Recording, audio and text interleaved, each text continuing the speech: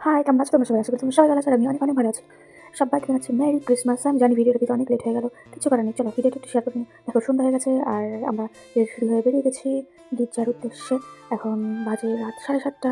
আমাদের বাড়ির লোকজন অনেক আগেই বেরিয়ে গেছে। মা, বাবা আর যেহেতু আমার মাসি মেশো এসেছিল ওই জন্য ওনারা সবাই আগেই বেরিয়ে গেছে। এখন আমরা দুজন বেরিয়েছি। এখন বাজে রাত 8:30 আর ক্রিসমাসের দিনটা ঠান্ডা করেছিল না গাইস, আর কি বলবো।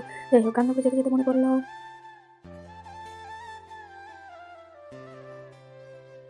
রাস্তায় বেরিয়েই মনে করলো ওনার কিছু কেনাকাটা আছে, সেই জন্য তাড়াতাড়ি করে চলে গেলাম জামা প্যান্টের দোকানে।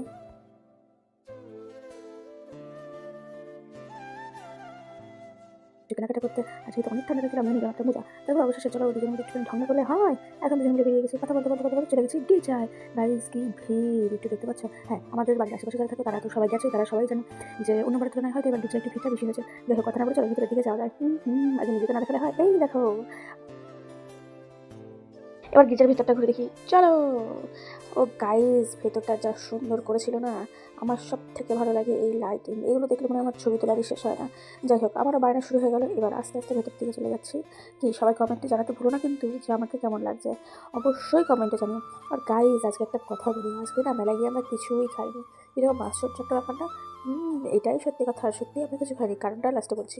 তো চলো দেখি এবার ইনি আবার কি করছে, এত মনোযোগ দিয়ে কি দেখছে। ও আচ্ছা।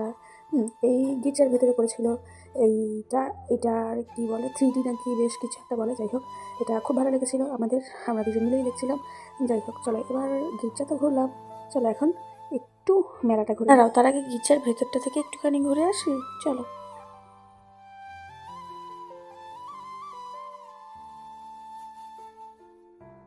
আচ্ছা, এবার বলি আজকে মেলায় গিয়ে আমরা কেন কিছু খাইনি। যেহেতু আজকে আমাদের সব্বার ওদের বাড়িতে নিমন্ত্রণ ছিল, আজকে আমাদের খাওয়া দাওয়া করতে করতে অনেক লেট হয়ে গেছিলো, প্রায় বিকেল 5টা বেজেছিল। আর তখন খাওয়া দাওয়া করে মেলায় গিয়ে কিছু খাওয়া অসম্ভব। তারপরে দুজন মিলে ঘোরাঘুরি করে দুজন মিলে একটু সিদ্ধান্ত নিলাম যে মেলায় যখন এসেছি একটু কিছু না খেলে কীরকম একটা লাগে না, মেলা মেলা একটা মনেই হয় না।